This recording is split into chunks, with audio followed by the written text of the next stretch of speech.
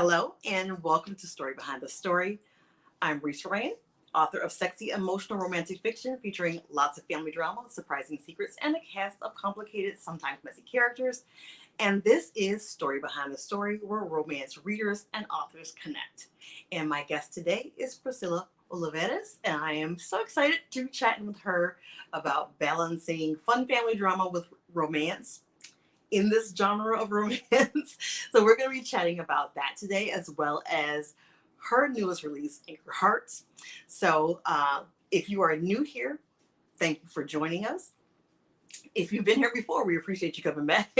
And if you are new, by all means, hit the subscribe button so that you'll know when I'm having future chats like the one I'm having in 2 weeks with Denny S. Rice about her book, and I just put it down somewhere, Wild Women and the Blues. We're going to be chatting about that, and we're going to be also chatting about the art of writing dual timelines, which she does in that book. So we're going to be chatting about that, and that's in 2 weeks on September the 5th, or it's more than 2 weeks, isn't it? September the 15th is when I'm going to be chatting with Denny. So I've already posted that show live. Posted that show, it is live. So you can hit the reminder button there. And this is always a very interactive show. So if you have any questions, comments, whatever, we absolutely encourage those. So make sure that you drop those in the chat box and we will try to address them as quickly as we can.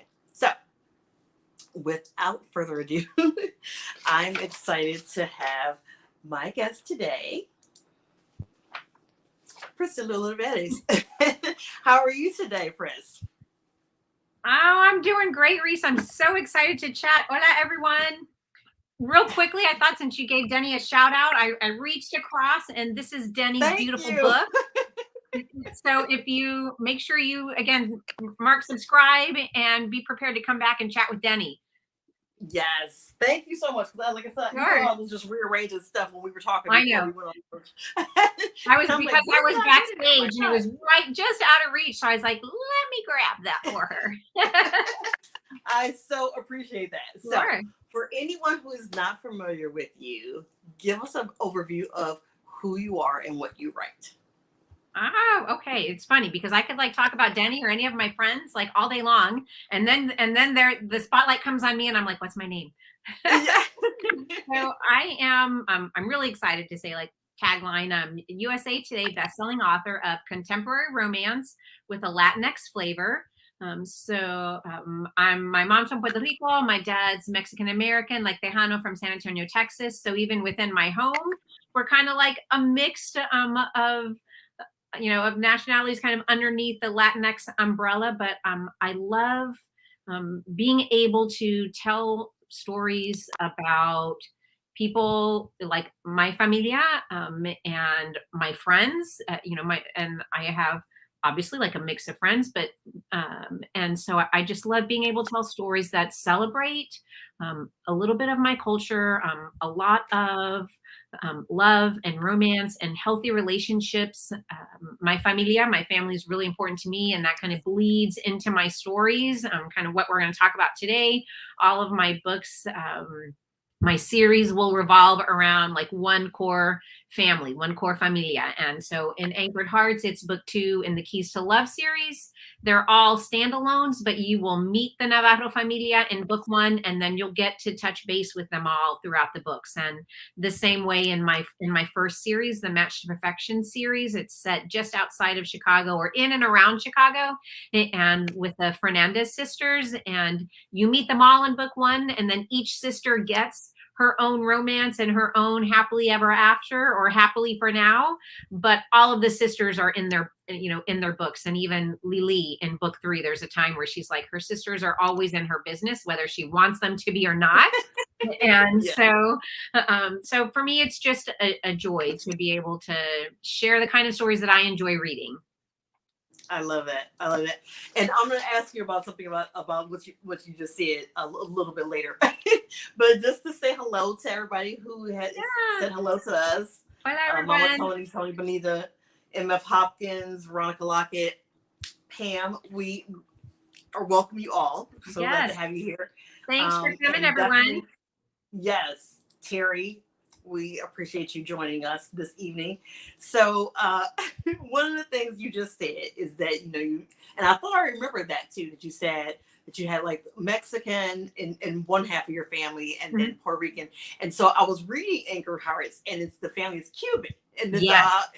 Yes. okay, so So it's even different. So I will say, and I know that there, more recently, there's some that are like pulling away from the own voices, like hashtag and desert what, but from the beginning, like from what own voices started out as, I would not say that the Keys to Love series is own voices because it's a Cuban American family. And so, yes, we fall under the Latinx umbrella, but I think that's really important.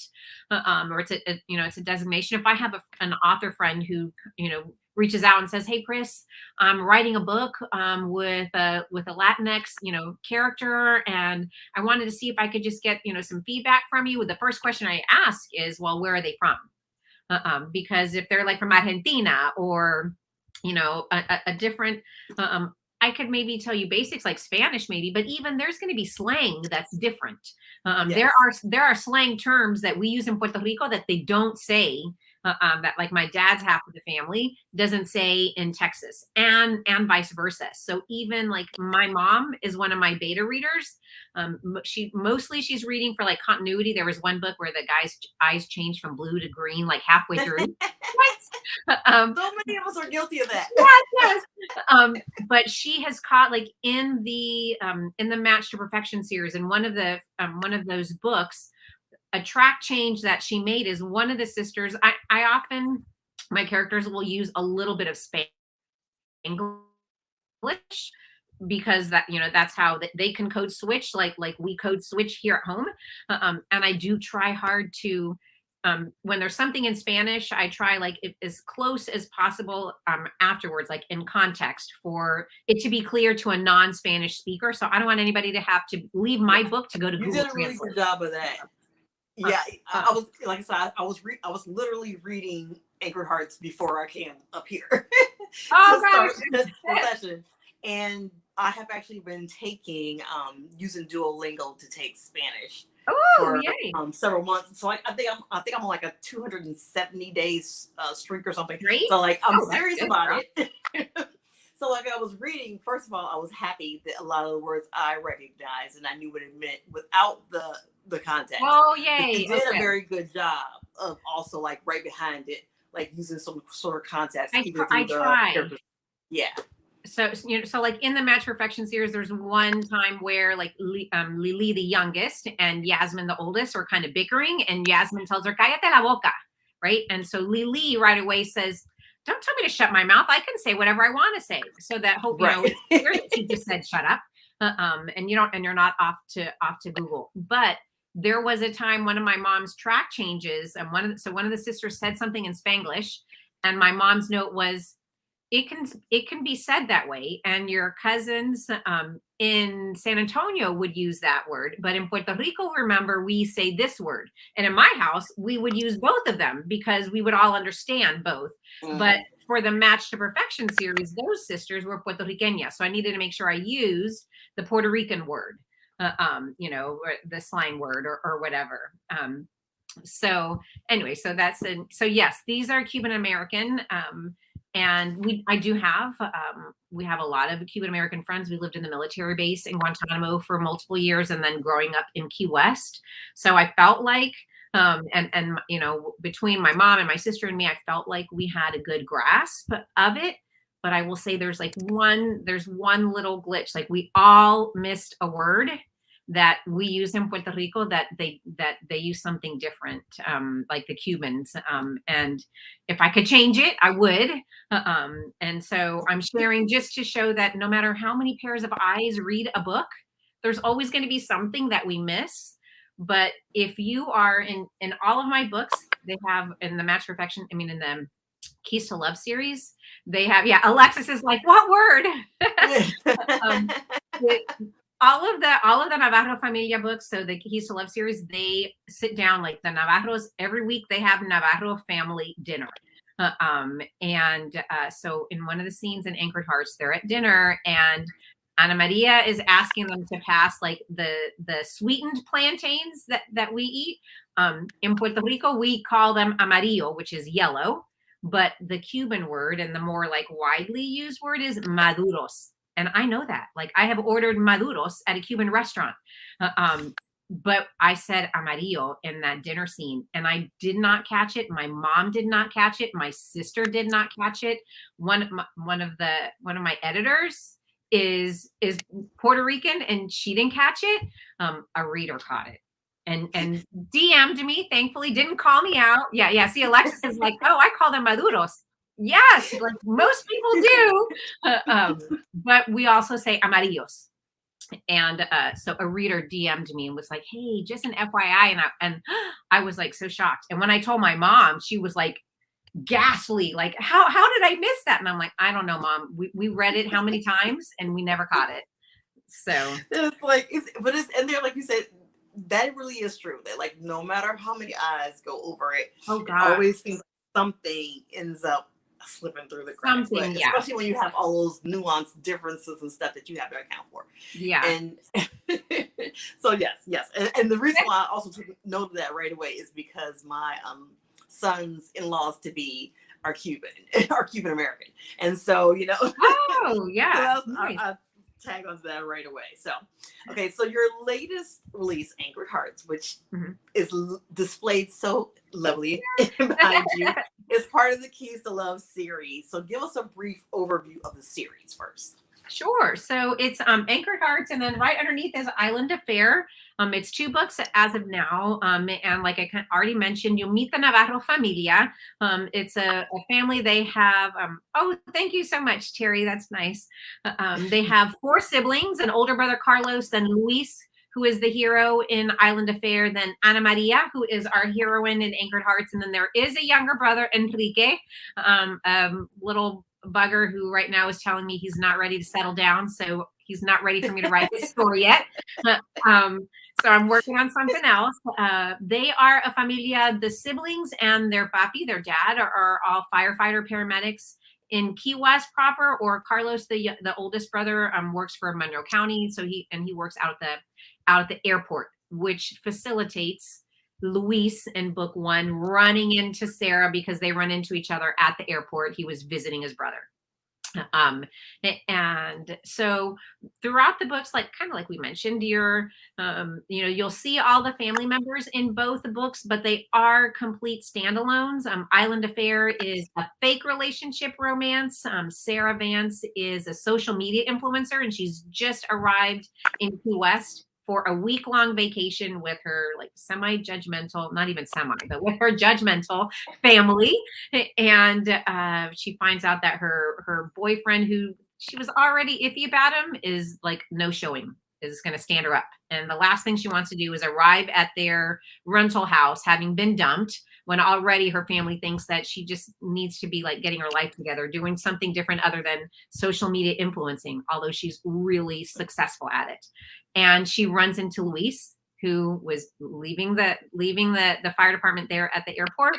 He's got some unwanted free time on his hands because he's dealing with some issues, or rather he's not dealing with them. And so the fire captain has said, you got a week. I don't want to see you around here anymore. And the last thing he wants to be doing is thinking about his problems. So when Sarah approaches him and actually asks him if he would be her fake boyfriend for the week, our hero, who has a slight, or rather a big Superman complex, steps in to take on the role of her fake boyfriend. And we get into all those romance tropes. There's one bed, and there's 2 families that they're trying to pull, the wool over, and all this kind of fun stuff. So that's Island Affair. And then Anchored Hearts, which just came out at the end of April, it's a May release, is a second chance romance with, it's Ana Maria, the sister, so La Princesa, she's the only daughter in the Navarro familia. And with her, she's also a firefighter paramedic. She's got a side hustle. She's a fitness trainer, nutritionist. And I love that good side hustle. Yes. And it's her high school sweetheart, Alejandro. And Kind of like the blurb of that is like desires, dreams, and disappointments collide when a prodigal son, that's Alejandro, is forced back by an injury back to the island home that he left 12 years ago, and into the arms of the woman that he left behind but is never forgotten. And the question throughout the book is kind of like, will old memories and the blazing Key West sun and their meddling mommies, because their mothers are best friends. So will their meddling mommies help these, these two lovebirds, get over old past, or will they waste a chance at, real love once again? I love this. So you fake romance, fake relationships, and just one bit and all that. That's also fun for me. So, and hey, Alexis.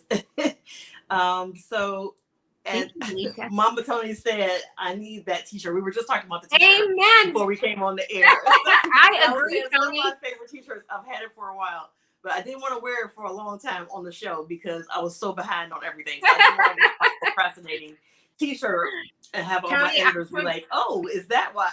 Yeah, Tony, I was having T-shirt envy at the start before we came on live, so I'm totally with you. Oh my gosh. Okay, Alicia's saying in the comments that she likes family sagas, and I will say, as a reader, I enjoy, whether it's like a familia by blood or familia by choice, but I enjoy reading series where I read book one, and then while I'm reading book two, the hero and heroine from the first one kind of come by for a visit, and I get to see, oh, they're married, or oh, they have a baby, or whatever's going on. It's like touching base with old friends. And so I will say, like, Anchored Hearts is a year later. So Island Affair ended, and I did have some people say, like, oh, I wanted an epilogue. And in my mind, because by then I was writing Anchored Hearts, in my mind I was like, I'm giving you an epilogue, a long one in Anchored Hearts. See, and I've had that happen before too, because like at the end of A Reunion of Rivals, which was book 4 in my Bourbon Brothers series, that was that one I did not do an epilogue with, and a lot of people were like, okay, what's with the epilogue? But the next book, Waking Up Mary, picked up like almost like 2 weeks later, and like I couldn't really do an epilogue and still be able to have that story pick up like 2 weeks later. So sometimes that happens, and then the next book is your epilogue. That's what I was like, because also, like, you're on, like, I finished that book, Island Affair, and had to go right away into, hi, Miss JV. And we go right into like writing the next one, and and I didn't want to give anything away anyway. So hopefully readers felt like they, like Sarah plays a big role in Anchored Hearts. She is Ana Maria's mentor. And so you get to really see, where Luis and Sarah are right now. Okay. So I'm going to take a break away from some of the questions and stuff we were going to discuss, because I've had several questions in the audience. I don't want to get too far away and forget them. So I'm going to start with Tam's question of pick a book for a new reader to start with. Like any book or one of my books? Yes, so somebody's new to you. Okay. Oh, sure. I mean, all of the books can be read as standalones, but I would say, and maybe it's because me as a reader, I like to, unless I accidentally start a series, like I pick up a book and as I'm reading it, I realize, oh wait, this is like in a series. That's what happened with the Troubleshooter series with me, Suzanne Brockman's, and then I went back to one. But so in mine, like in the Match to Perfection series, I would definitely say start with number 1, because you meet Papi, the girl's dad, and he is influential in all 3 of the books, but he is only in book 1. So I would say, if you're looking at that, either start with His Perfect Partner, or in the Keys to Love series. I love Alejandro, right? I love all of my heroes, but Luis is one of my favorite heroes. So I would have to say start with Island Affair. There you go. And I'm sorry if I'm pronouncing your name wrong. Leisha Haney says, do you do book character? Okay, I'm sorry. Let me first pull her question up. There you go. So do your book characters talk to you? And Oh, if yeah. they do, have you had to change something in your story because of it? I know what my answer is about that. What's yours? Mine is they definitely talk to me. I mean, I've shared a beer on the beach at sunset with a character. I've had characters sit on the counter while I'm washing dishes or ride shotgun while I'm driving to campus. And I know they're not there, but to me, they are there. Ana Maria and I have taken runs in the neighborhood when I just needed to kind of like think through a scene in her point of view. She didn't really want to sit here and talk. She's like, girl, put on your running shoes and let's go. So we went for a run in my neighborhood. One time, a key time that I know that I can remember like really changing a scene was in Their Perfect Melody. And that was with Diego. And Diego and Luis are like neck and neck for number one as my favorite heroes. But there was a scene where Lily had invited Diego home with her for the first time. And I knew that he wanted to go and he wanted to be there, right? But I was trying, the scene switches to his point of view, and like just the words weren't coming, like it just didn't feel right, and like I wasted a whole morning of writing and deleting, and then I had to drive to campus to teach a class, and that's when we had a conversation. And it's more like him telling me, and basically I was like, dude, what the hell's the problem? And he telling me, I don't think I would say, I wouldn't react that way, or I wouldn't, right? And that's when Priscilla, the author, is getting in the way of the character. And at that point, I have to, even though I had this idea, when the character is speaking like that, it's a gift, right, from them to you. And I really just need to put myself completely, make sure I'm completely in their heads, not Priscilla in their heads, but and I am going with what feels right for them. And when that happens, then the words, will flow. And it was really him just saying, I wouldn't do that. I want to do this, and me letting him do what this was, and then the scene kind of flows. Yeah. I often have had that where like, I need some kind of a foundation of the story, so like some light outlining or whatever, but yeah. I definitely also need the room to allow the characters to do the unexpected things.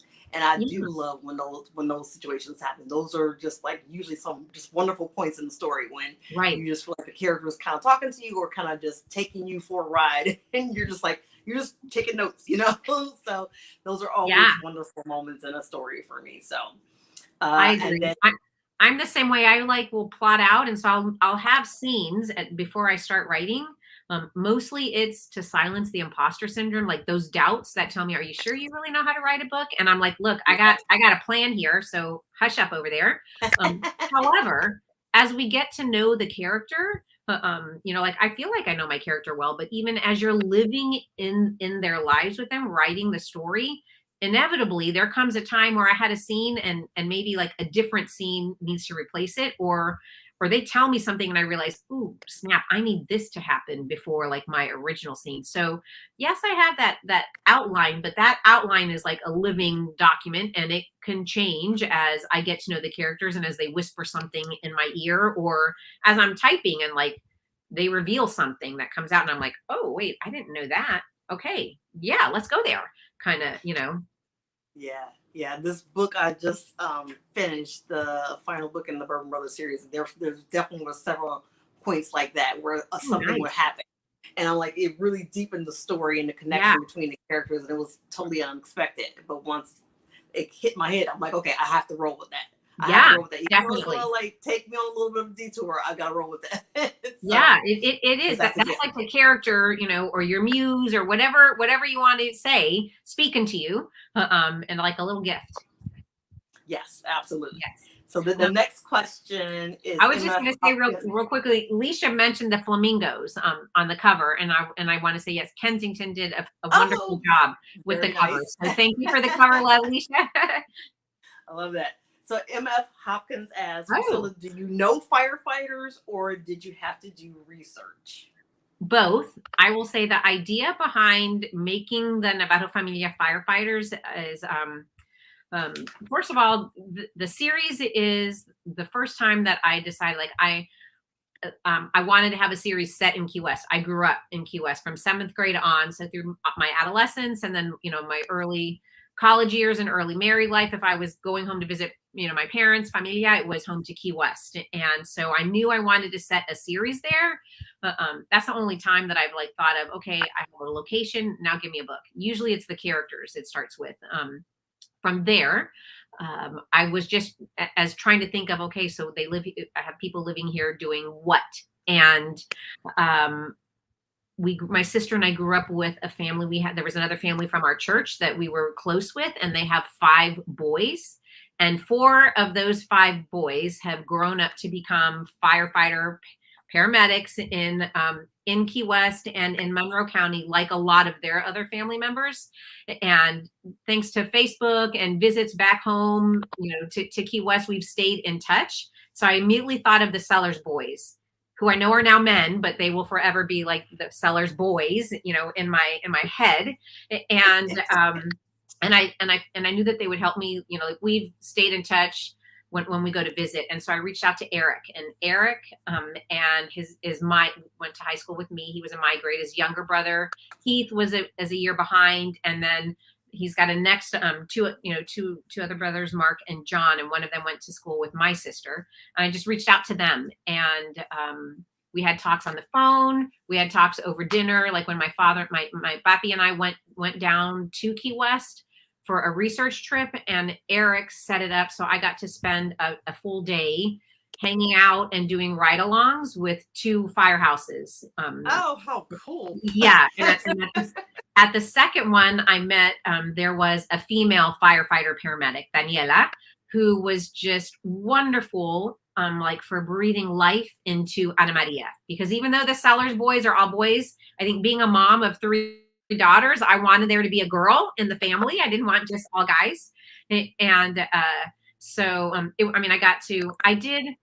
I don't think I've shared on social media, but my newsletter readers did get to see pictures of me dressed out in full firefighter gear, because I got to dress up and in Anchored Hearts, there's a scene where Alejandro gets to the firehouse, and Ana Maria is exercising, like doing these drills. And those were the drills that we did, that I got to try to do alongside the other firefighters. Freaking hard. Yeah. But it was great research and lots of fun. Wow, that is wonderful. Now that's what you call, immersing yourself. Yeah, it was fun. Lisa said it sounds like a great read. Thank you. Trying to start to catch up on some of these, so y'all forgive me. Yeah, I was trying to look over here. Y'all are coming fast with these.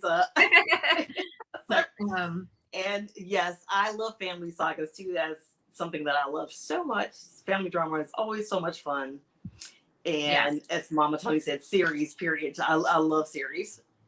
I think that I love, people especially being able to go back and yes. visit familiar characters, And people ask about family, and I feel like there's it's ripe for conflict, it's ripe for love, it's right, your family knows your history, the good, the bad, and all that kind. So I feel like it's ripe for writing series. Yes. Okay. And I'm trying to, like I said, I'm sifting through these questions. I was trying to go through. And we have a request for you to read from your book. Oh! Not at this moment, but I'm just going to ask you right now, A, if you want to do that, and B, if so, I'm giving you time to think about it, because I know I was on Angela Anderson, who's here. Yeah. So we were on her show for the Moonlight Ridge trilogy that me, Joss Wood, and Karen Booth are doing, and she probably told us in an earlier message that we could read from it, but I was so busy I didn't even pay attention to that. And so when we're on air and she's like, "Oh, talking about reading from the book," I'm like, "Crap!" Now I gotta figure out something. Yeah, so I could try to turn through and find like the meet cute. Whatever, just look, it's totally up to you. So I'm gonna put that in your head. Okay. And then later on, if you want to read, then we'll come back to that. That gives you plenty of time to okay. I will say, whoever asked that question. I'm one of the Tall Poppy writers. We have a website, but I also have a Facebook group. And this week I'm the host, like an author host every week. And so every night this week at 9 p.m. So after this, I get a little break, and then I will be live in their Facebook room, and the Bloom with Tall Poppies. And I'm doing a little series. It's called Sweet Dreams Meet Cutes with Pris. And I'm reading the meet cute from all 8 of my books. So like each night at 9, I'm reading from a different book. And then Saturday morning, I'm going to read from Anchored Hearts and Summer in the City, which is kind of here on the side. Oh, very nice. And so you could pop over there and catch the videos and see the meet cutes of all of my books. But I'll see if we have time, if I can flip through to find one for Anchored Heart, a section for Anchored Hearts. And what's the name of the group again? It is called Bloom. The Facebook group is Bloom with Tall Poppy Writers. So, yeah, and if you go to any of my social media, like the link that's in my bio at Instagram, will take you to like Linktree, and the Tall Poppy link is in there, like to our Facebook group. So you can find it there too. Perfect. And thank you, Pam. She said she loved waking up married and that it made her break out laughing. So I'm glad, because it made me laugh while I was writing it. So I'm glad.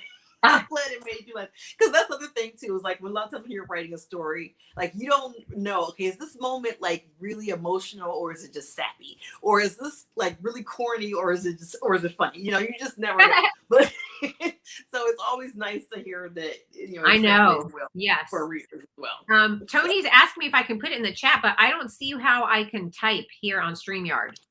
You actually, I don't know that I can. We know it. I'll tell you what, I'll look for it, because I have my computer up as well as the phone, and I'll try to find it and pop that in there. Or if not, Mama Tony, I will make sure I pop it in our group as soon as my Facebook group as soon as I find it, or in the description here as well. I'll update the description to this show, so that you'll be able to do that. I'm trying to see. Thank you. I'm trying to see how I'm worried if I try to go on YouTube to our live right now, that I will mess something up. I know, that's what I'm afraid of. Like, because my internet is already like holding on by a thread, right? Yeah. And technology and I are sometimes friends, but not always. So we talked a little bit already about the premise of Anchored Heart. So Alejandro Miranda has a complicated relationship with his family and the people he left behind in Key West. So give us a little bit more insight into his character. Sure. Alejandro is, when the story begins, he is an award-winning commercial and adventure photographer. But in Key West, his father, Victor, owns a restaurant, Miranda's, like named after their familia, named after the same restaurant that Alejandro's grandfather had in Havana. And Alejandro's dad and Alejandro's uncle, so his dad's brother, were 2 kids who came over in the Peter Pan operation. That was the late 50s, early 60s. And that was when Castro was taking over. There were parents who, with the help of the U.S., they sent their kids over to the U.S. on via plane. And the idea was that the parents would be coming over soon to join them. And then, things happened politically, and some families were reunited, some were not. And so for Alejandro's dad and Alejandro's grandfather did not make it back. Like, he passed away before he was able to come. So Miranda's, that restaurant, to Alejandro's dad, it's a legacy. It is, it's to honor his father, Alejandro's grandfather. And so Victor expects Alejandro, as the eldest, he does have a younger brother, to take over the restaurant and to continue the family legacy that Victor says, my father sacrificed, your grandfather sacrificed so much for us to be able to have what we have here in the US. And you need to continue that. Alejandro wants to create a legacy, for their familia in a different way with photography. And so when he graduates from high school, he has an internship overseas in Spain with a photographer, like an apprenticeship. And his father basically tells him, if you leave, if you're turning your back on what, you know, what you're supposed to do here, your responsibility of the restaurant, then don't come back. And what it is it's two men, very prideful, and, you know, they're butting heads. And so Alejandro leaves and does exactly that. He does not come back. And that creates the rift between him and Ana Maria, because their plan had been, after graduation, go kind of see the world a little bit. But Ana Maria always expected that Key West would be their port, like their home base. And he basically tells her, you know, when they graduate, I'm going, and she can't go at that time because her dad's having some health issues. And he's like, I'm going, but I'm not coming back. So basically, you got to choose me, or you're choosing everybody else, which was a very unfair, you know, choice for him to make, him to try to push her to make, and she doesn't go. Yeah. And so these last 12 years, there's been a rift between him and his father. There's been, you know, he and Ana Maria broke up. They held on, you know, for a little bit, and then they, you know, eventually broke up when he realized she was not going to follow him. And so now it's 12 years later, and he has fractured his tibia really badly in a fall in Puerto Rico in El Yunque after a photo shoot. El Yunque is the rainforest, and so he's forced to come back home to recuperate. And that's where the book opens, is he is come back home. Yeah, yes. So I will say, I feel like Anchored Hearts is a second chance romance for Ana Maria and Alejandro, but it's also a second chance for Alejandro and his father.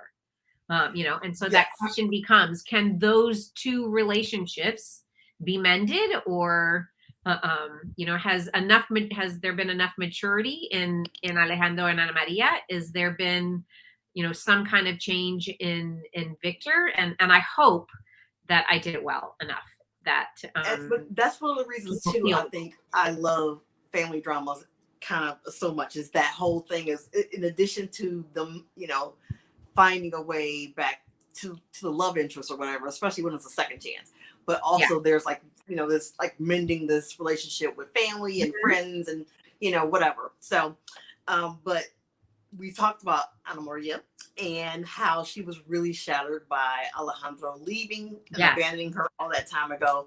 And so understandably, she's super reluctant to give him another chance to break her heart. So give us a little bit more insight into Ana Maria. Okay, Ana Maria. Motivation behind her character.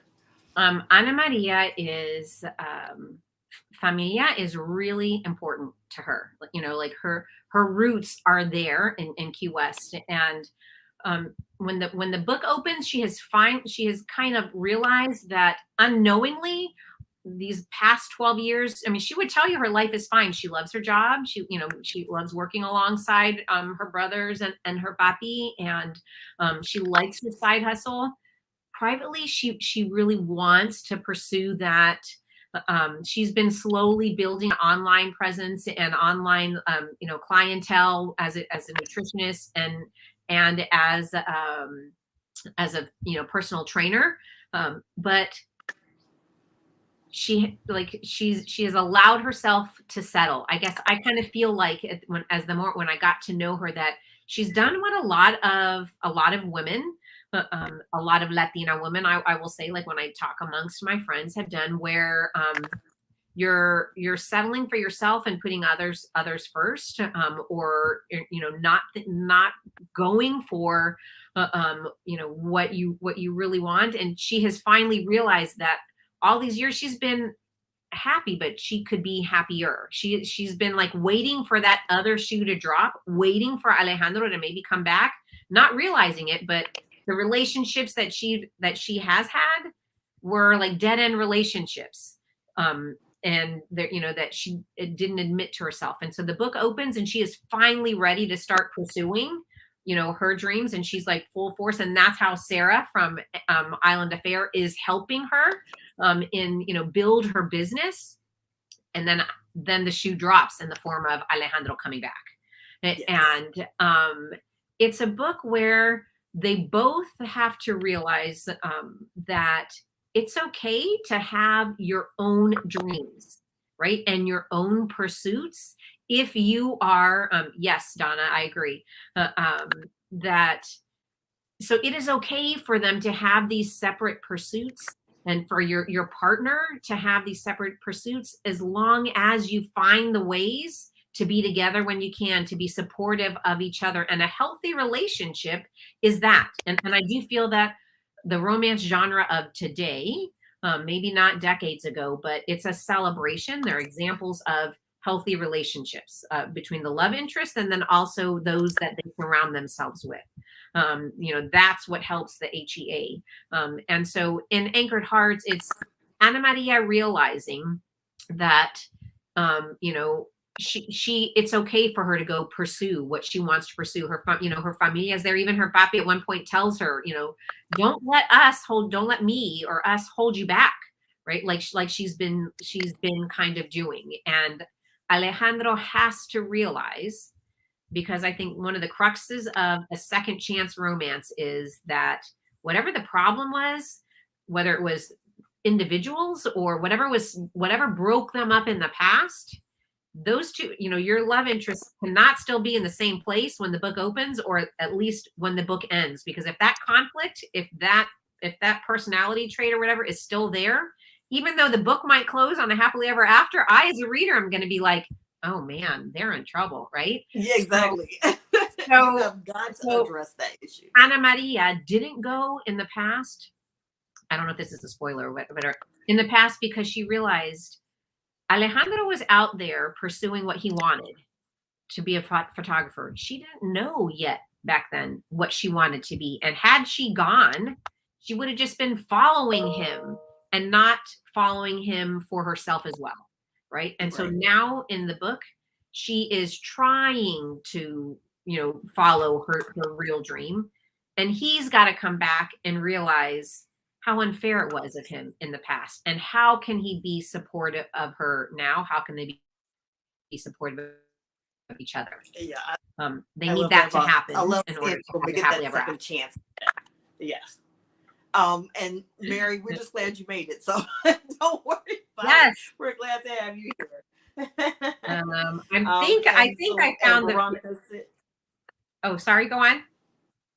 No, I was gonna say Veronica said family drama is the best. I love reading about families, and that's when I just love that too. I've always loved that. Like it started with Pride and Prejudice and Little Women, how having that whole family, and I've been addicted to that ever since. And so like when I'm reading stories or writing them, I always want to see that, because the other thing is like we don't become who we are in a vacuum, right? There's all these different factors that weigh on who we are, and I love being able to show that, reveal some of that in stories and stuff, and it just makes it all feel more real and relatable, I think, for readers. I think so there are several authors, and I think whether it's family by blood like the Navajo Familia, or like in Sonali Deb, since you mentioned Pride and Prejudice, Sonali Deb has that great she's got a great series. It's at book 3 already came out. She's working on book 4, but they're Jane Austen retellings, but it's an Indian American family like with political aspirations. The book that just came out, In Sense and Sensibility, is Yash's, and he is a gubernatorial candidate in California. But again, another familia saga or family saga, not familia because they're not Latino or Latinx, but a family saga, really well done. But also Alexis Daria has her, I don't think the tagline isn't Birimas of Power, but every reader, and she is calling it the Birimas of Power, series that had, it's 3 cousins. And last year was, you had me at Hola, and getting ready to come out in September is a lot like Adios. And again, more family sagas, so that I just love being able to touch base with the characters. Yes, I love that too. And especially as a series goes on, I love being able to, as a writer, I love being able to bring back those other characters and really connect them throughout the story, and readers seem to really enjoy that too. So, well, and even as a writer, like with the Match to Perfection series, Rose's first was Yasmin's book, right? And so then like you're kind of like setting the stage. Rose's book happened, starts like 9 months after book one ends. So there's not that big of a, but the last book, the Lily story, Their Perfect Melody, Lily was in college in book 1 and 2, and I wanted to age her up. I wanted her to be like out already doing her job. She's a victims advocate and DA in Chicago, and Diego is Chicago PD. And so I aged her up, but then I realized that was the first time. And so that I had not like written out like a family tree or anything like that. So I learned from that. And I have a whole family tree. I can tell you when each of the Navajo children graduated from Key West High and all of that, even though it's not in the book, but I know it. But so when I was writing Lily's and I realized, wow, she's 4 years older. That means Maria, who was 5 in book 1, Tomas's daughter, wow, now she's 9. And Rosa in book 2, it's a surprise baby. And so they have that baby. Do they have any more? And so then it was fun because I was like, oh yeah, maybe Tomas and Yasmin have another child, and maybe Rose and Jeremy. And so it was fun writing those scenes and getting to see their families and they're down in the basement where Papi used to play his music, and they're down in the basement playing, and so are their kids, and so that as a writer, it was fun to even see how they were doing. Yes, I have so much fun with all of that. I really do. So this is a big story with lots of moving parts. So how did you manage this complicated dance of delivering on the family drama without drowning out the love story that readers expect in romance? So that's always the challenge. It is. Because there are some readers who just strictly want to read about the couple. Those people probably don't want to read me, because there's always going to be relatives. There's going to be there's going to be workmates. There's going to be people in the community because that's what I want to write. So, and that's cool. That's fine. But when you are doing all these other pieces, parts, it can be, it's challenging to make sure that you are focused on the romance. So how did you kind of manage this complicated dance? The big thing, and I will tell you, this really came to play the book that I just finished revisions with, and I'm waiting for copy edits. It's not a Keys to Love series book. It's because as I mentioned, Enrique is still out there playing the field a little bit. But so I'm writing book 1 in a new series, and it's loose. It's a 2-book series, loose retellings of Shakespeare plays, like musicals based off of Shakespeare. So book 1 is West Side Love Story, and there's like the familias are battling. They're like on different sides of the gentrification line, and the sisters, the main familia, are foster sisters who are now sisters. They were adopted by their foster parents, and they formed a mariachi band. And in my first draft that I turned in, some of the feedback that I got back is, boy, all these threads are here. The romance can get lost in some of them. And so what I had to make sure I went back during revisions to do, and so that's key, like in the other books, is that even if there's a scene that they are not, that your love interests are not together, there still has to be something that's happening there has to kind of tie into their romance or their feelings, or reminds them of the other, or they're talking with the other, with the other scene partner about the love interest. Or so you want to just make sure that romance, whether it's they're complaining about the other one, or they're talking over their confusion about the other one with their scene partner. There is a scene in Anchored Hearts where Sarah and Ana Maria are boarding a flight because they're coming back from New York to come back to the island. And as they're talking, inevitably, she doesn't voice it, but Ana Maria thinks about Alejandro and how she would have wanted to share this in the past. She would have wanted to share this good news with him, right? So it's just trying to find those ways where you can circle back, or make sure that thread of the romance is woven through every scene, in a natural way. Yeah. That was a lesson I had learned too when I was writing Playing with the Desire, which was the first book in my Pleasure Cove series. Because there was a part where the hero goes back home to London because he's British. He's a British expat. And so he goes back to London. And so like there was a period, like where there was a few chapters where like he was there. and not with her. It's like, that was the thing I had to kind of go back and thread in places where Yeah. he could either talk to her or think about her or whatever to keep so that Yes. the romance is still the focus, even And though your books are shorter. What's your word right, count? and that's what especially makes it a challenging category. Is because you Yes. have so much less book to work Yeah. in Yeah. to be able to work in all these different points, whether it's What's family your and word career. count? It's 50K. Ay, Dios mío. Really? Yes, right. I just Wow. read. I remember I just read Ay, Dios mío in the first chapter of Anchor. Oh, it probably is. Yeah, it probably is. Yeah. So that definitely Ay. makes it a lot more challenging. The fact that you have that shorter period of time, and you got to get all the romance stuff in. But I'm, like that's just me. But I want to put all these other elements, Yeah, So. because I do feel like it enriches, like in our lives, we're not just us and our partner, right? Like there are other people that influence us in good ways and bad ways. And that can create part of the conflict and also help their growth, as well. So kudos to you for getting it all in so brilliantly. Like I'm always like, and sadly, the last few, like I think since I started writing single title again, Okay. I've started writing longer. So my last 2 or 3 category books I wrote that were supposed to be 50K, I ended up like writing almost double the word count and had to like bring it back down. Oh my gosh. Wow. Yeah. I mean, in the end, I was very happy with what I ended up with because it was like distilled down to like all the very best of what I wanted. Yeah. But who wants to write twice the book, Oh my gosh, no. Yes. Let me see. Leisha says she likes surprise babies. I do too. And let me tell you, Rosa is the responsible Fernandez sister. She's a librarian at their Catholic high school. And the one time she decides to take a little walk on the wild side and let her secret crush know that he's her secret crush. Things happen, life happens. And life happens. Yeah. I enjoyed writing her because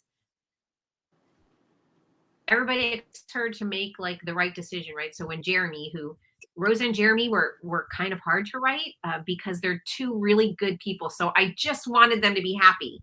So that meant I didn't want to throw conflict at them, but no conflict in a book makes for a very short or a very boring book. Right. And so I had to. Jeremy immediately wants to do the quote unquote right thing by let's get married. And she surprises him by saying no. And she has her reasons why, even though, she's head over heels for him, but she has very good reasons.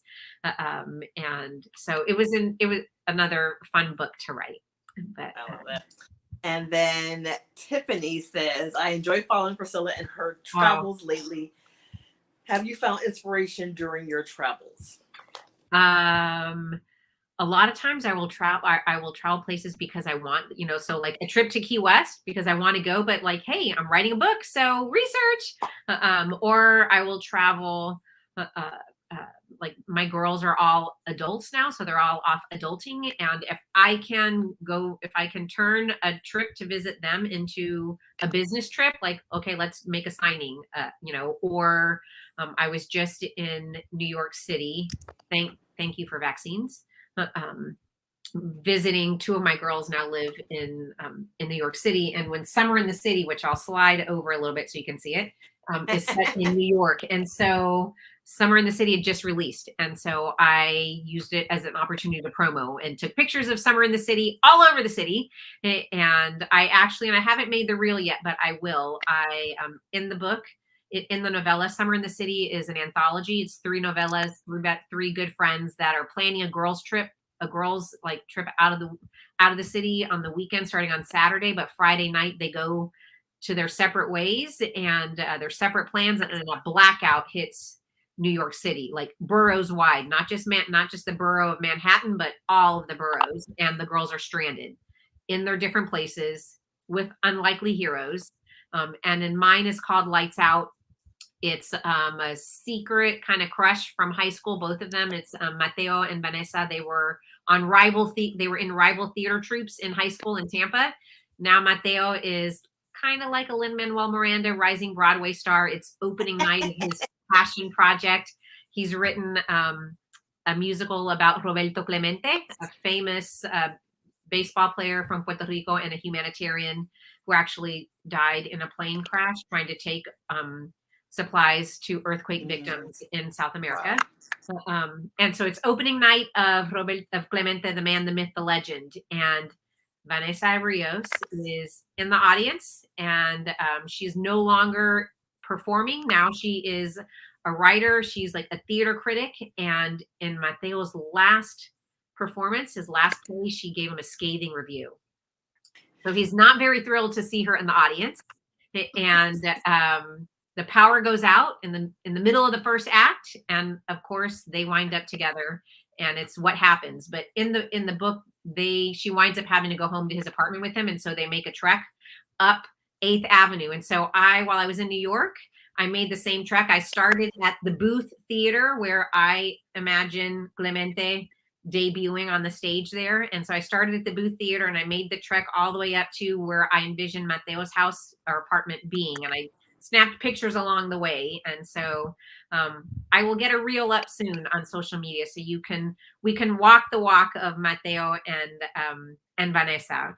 But usually my travels are like with visiting family, different places, trying to do bookish stuff around that, and usually doing a little bit of writing along the way too. I love that. Now you already gave the tip for a person who might want to write a family drama but find it too intimidating, to make sure you always find a way to anchor what's happening back to the love story. Are there any other tips that you would give a person who wants to write a family drama but kind of feels it's intimidating? So if it's like a one book, then yes, like you want to make sure that their conflicts, like the main thing always needs to circle back in some way, even if it's like Alejandro and his conflict with his papi, with Victor Miranda, played into the reason why he felt he could not stay. Even when he and Ana Maria started to reconnect, and he's thinking about, maybe I can stay, that rift with his father. And so the scenes like with his mother, or the scenes with him, if Ana Maria is not in it, it's still creating a problem or helping him work toward resolving a problem that will facilitate their relationship. If there's any chance that it might be a series, I will tell you, like, what I learned in the Match to Perfection series that I did not do, that I did do with the Keys to Love series, is try to keep a Bible, like a family Bible. Yes. I have some I'm doing that now for a new series. Yes. So like I told you, I have like a family tree for them. I've got that family tree. And even though I never say like the names of their grandparents, I've named their grandparents, and I know what year each of them graduated from. And I started doing that with Island Affairs, even before I started writing Anchored Hearts. And I have notes in there for Enrique's books. And so that, because once you publish a book, then, like book one, whatever you've put out there, it's really hard to backtrack unless you like come up with some reason, right? So when I wrote His Perfect Partner, I thought Lily was going to be like a veterinarian. She's totally not a veterinarian, right? And thank God I didn't put that in book one, or else I would have had to say why she changed her major, because what Lily needed to be and what she is, what her personality is, is a victim's advocate. Like, it fits perfectly. And that's what facilitates her meeting and running into Diego, who is a cop. It's so interesting that you brought up the story Bible today, because that is actually what I was doing earlier today. Because like I said, I'm starting this new series. Nice. And it's related to another series. And so I'm like, I had to like, okay, I'm like, first of all, I'm going to not make that mistake starting this series off. I'm going to right away have a Bible, record everything. But because they are related, there are points where I had to like, so then I had to go find stuff like, how old was this person when their parent died? How old? Well, things like I had not, like Jeremy's parents I think I had named them in well here's the thing that they were when His Perfect Partner was coming out, the Kensington decided that they wanted to put the first chapter of book 2 of Rose's book at the end of book 1. Thank God, because in book 1 I named Jeremy and I was thinking that he might be Rosa's love interest, but by the time I finished, right, I was like for sure. And so when I started writing their book, and that's when I sat down doing Jeremy's GMC, like his goal, motivation, conflict, and really getting to know him. And I was writing the book. And so I sent the first chapter in, and the copy editor, when I get copy edits back, oh, thank you, Leisha. The copy editor noticed that Jeremy's last name in the book of His Perfect Partner when he first appears, and Jeremy's last name in chapter 1 of his book with Rosa was different. Like he had two different. That's what I was worried about today for a character. I'm like, okay, what was his last name? Yes. So I knew him, and I was writing his book, and I was inside his head as Jeremy Taylor. But in the original version of His Perfect Partner, he was Jeremy Thompson, and I was like, Thompson? That is not his name at all. So thank God Kensington wanted that first chapter, because if not, once book 1 was out in the world, it didn't matter what I had written and what I thought of him. He would have had to be Jeremy Thompson. So just the idea of, yes, things are going to change.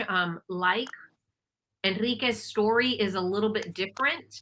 Like his meet cute in my head of how he's gonna, his meet cute happens in this book. And so it's different from the beginning, but the essence of his character and his history and the essence of his love interest, I kind of knew from book 1, because I sat down to really think about this family. And as things came to me, I took notes.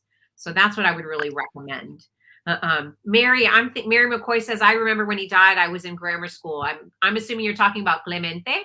And I was like 5 when Clemente died, but I will share that in Summer in the City, the reason that Mateo writes the musical is his grandfather used to play baseball and was mentored and coached by Clemente. And the memories that Mateo shares are memories that my mom's brother, my tío, who played baseball and was mentored and coached by Clemente, has shared. And so even Mateo mentions a picture. Mateo and Vanessa talk about a picture that's in the lobby at the booth. There are pictures and things about Clemente's life. And the picture that Mateo talks about that he says is his grandfather in real life, it's a picture that we have of my uncle, my tío, with Clemente.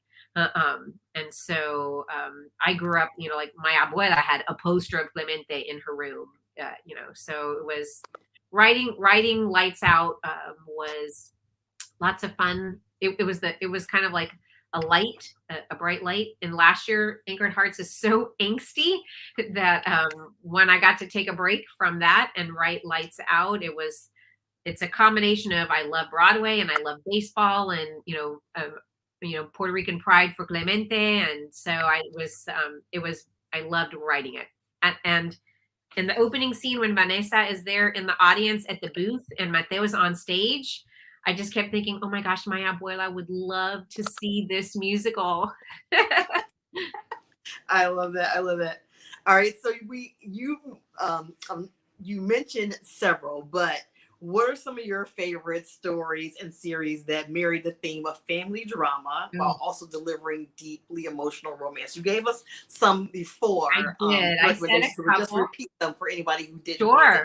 I would totally recommend Sonali Daves. And her last name is DEV, Sonali Daves.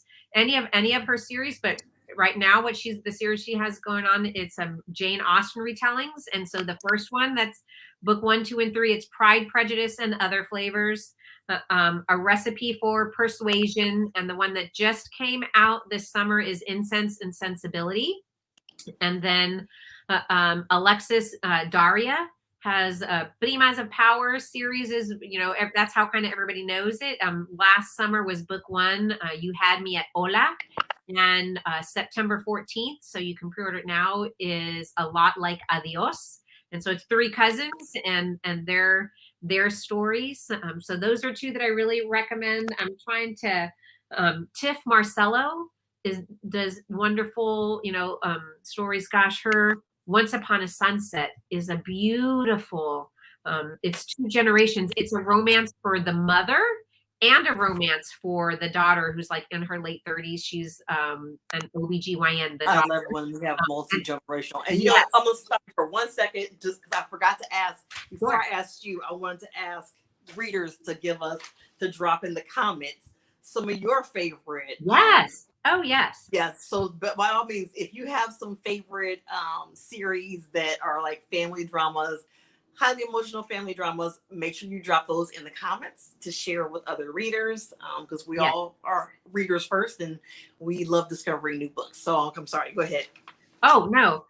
So like Tiff Marcello's, that's called Once Upon a Sunset, is that particular book that I mentioned, and I loved it because the mother has a potential romance who is like in her 60s, and she goes and the book goes back and forth. They go actually to the Philippines, and there are scenes of like the grandmother's romance from World War II, and so it's beautifully done. So multi-generational romance. I love it. I love it. I'm really starting to dig this idea of having like a secondary romance in the background, like a B story couple and stuff. Yeah, I'm a little bit addicted to that right now. Oh, thank you, Mary. You're so sweet. That is very, very kind. I love that. That recommends anything by Priscilla. Okay, thank you. as one, and then of course Brenda Jackson has her family sagas, the Madeiras, the Westmorlands, the Steeles, and so many other authors who just have fantastic family dramas who really just know how to bring it with that. So Tracy Livesey has a series, right? I think 2 books are out now, and they're best friends. So like family by blood, right? And so you can check out both of those. I don't have them in front of me, and I'm going to mess up the titles or like mix match them. But one is, and I had some here, but I kind of like took some books that I write out in our lanai. We have an enclosed lanai, but really my bookshelves are in the office in the house. So I just took a stack, and Tracy's was here because I was taking some pictures the other day. But yeah, I'm going to totally mess up the title if I try to say the title. It's not like Lovers Do, is it? Yes. Like one of them is like Lovers Do. And that might be the one. Oh yeah, Sheriff Hodges, the Jackson Sisters series. Thank you, Tony. Oh, Sharice. Yeah. Yep. Mm-hmm. Yeah. Oh yeah. What did I said Sheriff, not Sharice Hodges. Yes. So definitely. Yes. Oh yeah. Oh good. I love how you can put it up there so that everybody can see it in big letters. Yes.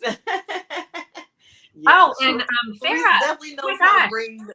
Definitely knows how to bring the drama and the family drama and friendship drama. So absolutely. Yes. I have to say 2 more series. I'm not sure. Yes, Tracy Livesey like Lovers Do, but Farrah Rashan has her series. Book 2 just came out, the dating playbook, and last year was the Boyfriend Project. It's 3 friends who they did not know each other at the start of her book, like last year at the start of the Boyfriend Project. But it's 3 ladies who are catfished by the same guy, and they find out about it like through the internet, and that's how they connect. So so book 2 just came out like what's today, Wednesday. So yesterday, it was like 2 days ago. Came out. Yes. And Quanah Jackson has her like Real Men Knit series. And so book 1 is out already, Real Men Knit, and book 2, oh my gosh, and I've even seen the cover of it, but I don't know if she's released it yet, so I can't show you that. I can't think of the title, but book 2 is coming out, and book 2 is the brother that they're all foster brothers who lived together, with the same foster mom. And the foster mom has a knitting shop in Harlem, and book 1 opens and she's passed away. And so the first one is Real Men Knit.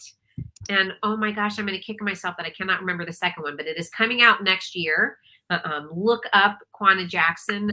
But that is, that brother's Korean. And so like, as a K-drama fan, I am like so excited for his book to come out. I know. I do love because in addition to, like you said, family by blood, there's found family, Yes. and so that I love reading stories about found family as well, because for a lot of people, that's, what they That's have is familia. found family instead of, family by blood. So, so lots of recommendations, and I will try to update the description with some of the recommendations for people as well. I'll email you the ones I'll email you the ones I said just in case. Awesome. And don't forget to, if you're new here, to subscribe, and whether you're new or not, like the show. We appreciate that, and it helps other people find the show as well. So Priscilla, tell us what we can expect from you next. Next, I kind of brought it up a little while ago, but I'm working on a 2-book series right now. Book 1 is set to release May 3rd next year, so 2022, May 3rd, and it is a loose retelling of Romeo and Juliet, West Side Story, and you will meet the Capuleta sisters. They have formed a mariachi band, Mariachi Las Nubes, and they have entered the battle of the mariachi bands, and they, for 2 reasons. One, they're the first all-female mariachi band to make it. I was going to say, I've never heard. You don't see many. We're seeing more and more. But they're, in my book, they're the first all-female mariachi band to make the cut, to make it into the competition. They need the money to help their parents with with their familia home and this community center that they own. The battle lines are that there's an age-old feud between their dad, their papi, and the other side is they're on different sides of a gentrification issue. It takes place on the west side of San Antonio, where right now my dad is from. Papi's from San Antonio, and there's a lot of gentrification efforts in that area. So there's a lot of pros and cons. And so the title, West Side Love Story, totally fit. But so they're battling about gentrification. They're battling because Angelo Montero is our hero, and his uncle is Mariana's, father's rival. So they're rival mariachi bands. They're rivals because of this feud that the patriarchs have, and but of course there's forbidden love and familia. So West Side Love Story is due out in May, and then later next year, the book I'm working on right now, writing first draft, is loosely The Taming of the Shrew, Kiss Me Kate, and so it's right now the title is Kiss Me Catalina. And so, I lost you for a second, but you're back. Yeah, it went. The spring went out for a minute, but yeah, you're back. So that's what's in the works. There might be some friends of mine and I are working on a potential an anthology for this holiday. I'm not going to say what friends or who or anything, but I will just give that little teaser to keep your eyes open. Follow me on social media, or even better, sign up for my monthly newsletter, and you'll get information. Well, that was my next question, as to how people should connect with you. And just before you answer that too, Mary mentioned Quanna's next book, which that is her next book, but it's not in the Real Men's Knit series. The how to yes the Keanu Reeves one, that's not in the same series, but that is her next book. Yes, Quanna. In case anybody didn't see that, Mary. How to Marry Keanu Reeves in 90 Days comes out, this fall, and then book 2 in the Real Men Knit series comes out sometime next year. Yeah, and Mama Tony recommended another family series, and that's Sarah St. John's, The Lockets of Tuxedo Park. Yes, thank you, Tony. So many great series. Mary, yes. I will say my idea for the Mariachi Sisters, there is an all-female mariachi band in San Antonio called Mariachi Las Alteñas. And I saw them on TV, and also, and then a girlfriend of mine, another Latinx romance author, Sabrina Soul, shared like a newsreel about another all-female mariachi band, and I had been thinking and ruminating, and so That's kind of like how it works, right? You see something that gives you an idea, and then you're like, well, what if this, and what if that, and what if she, and what if he, and there you go. Yes, those are the kind of questions that pop right here. So I can't remember you. I know you started, so to tell people where they can connect with you. Oh, as well. sure. I will tell you, there is a bazillion ways to misspell Priscilla. So all of my social media is P-R-I-S Oliveras, Oliver, and then A-S. So my website, if you go there, I have an events calendar that I'm about to update with some things for the fall, and I'm praying that that they can still hold some places where a couple places where I'm supposed to be later this fall. There you can sign up for my newsletter. It's usually once a month. And I'll put like books that are on sale, mine or friends. I will share a little bit of insider information, like in the weeks leading up to a release. That's where I shared like my newsletter followers have actually seen the Clemente picture with my tío, and they've seen the pictures of me in firefighter gear. So they get a little insider peek. And on my website, you can sign up there. I'm also on social media, probably too much. And that handle is and then Pris Oliveras. And that's Twitter, Instagram. My author Facebook page is also like Pris Oliveras. And then I shared in here, I'm a tall poppy. So I'm in there sometimes, but I'll be there all week long in the Bloom with Tall Poppies Facebook group. Very nice, very nice. Thank you so much for joining us and for chatting. Such a lively chat and so much fun. Great to get all the insight from behind the scenes, like you going and hanging out with the firefighters and being from Key West and all that kind of stuff. So that's always so much fun. So if you hang on for 1 second, I'm going to take you off of the stream, but I'll chat with you in a minute. Gracias, everyone. So thank you for coming and all the great questions. Yes, so many great questions, and we appreciate you all so much. So thank you again to Priscilla.